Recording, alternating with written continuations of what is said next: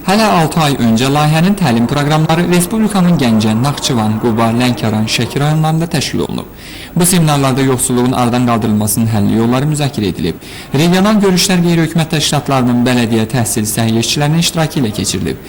Layihənin tərkibində Gəncəbəsər zonası üzrə 4 sahənin, iqtisadiyyat, bələdiyyə, səhiyyə və qaçqınlarla bağlı problemlərin həlli nəzərdə tutulur.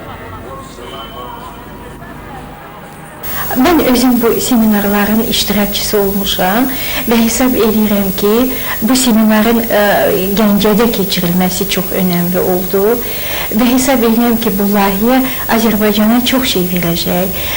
Və illah'daki Gəncə, çünkü Gəncə siz bilirsiniz 300 bindən çox əhalisi olan şəhərin əhalisinin çoxu işsizdir. Yani hamı Moskvada, Türkiye'de qazanc dalından gedib də kişilərin çoxusu. Mən özüm onda demək təklif elədim ki, azad iqtisadi zona elan olunsun Gəncə. Əgər Gəncə azad iqtisadi zona elan olunsa, onda Respublikanın qərb zonasının maddi durumu xeyli vaxt yüksələcək. O cümlədən Gürcüstanda yaşayan soydaşlarımızın 500 minə yaxın əhali orada yaşayır. Qazaxdan Gəncəyə kimi, Goranboy, Mingəçevir, Şəkiyə kimi əhali yəni dirçələ bilər. Yəni artıq Rusiyaya, Türkiyə üst tutmaz.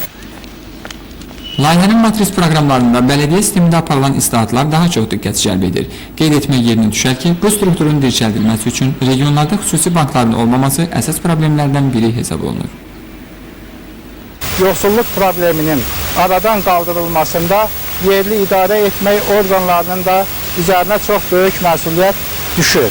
Bu problemin aradan qaldırılmasının müxtəlif qolları vardır. Ən əsası işsizliyin aradan qaldırılması, sahibkarlığın inkişafı, məhsul istehsalı bolluğunun yaradılması, xarici investisiyaların şəhərimizə cəlb edilməsi, yerli imkanlar və təbii sərvətlərdən məqsəd yönlü istifadə iqtisadiyyatın qaldırılması naminə bank kredit əməliyyatının yaradılması və inkişafıdır.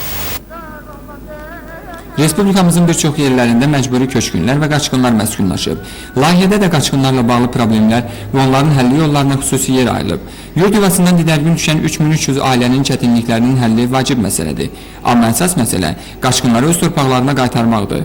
İqtisadi İnkişaf Nazirliyinin mətbuat xidmətindən aldığımız məlumata görə bu və digər məsələlər sabahki tədbirdə müzakirə ediləcək. Ceyhun Səfərov, Rövşən Əmraslanoğlu, Vaqif İbrahim Xəlil, Xəbər Plus.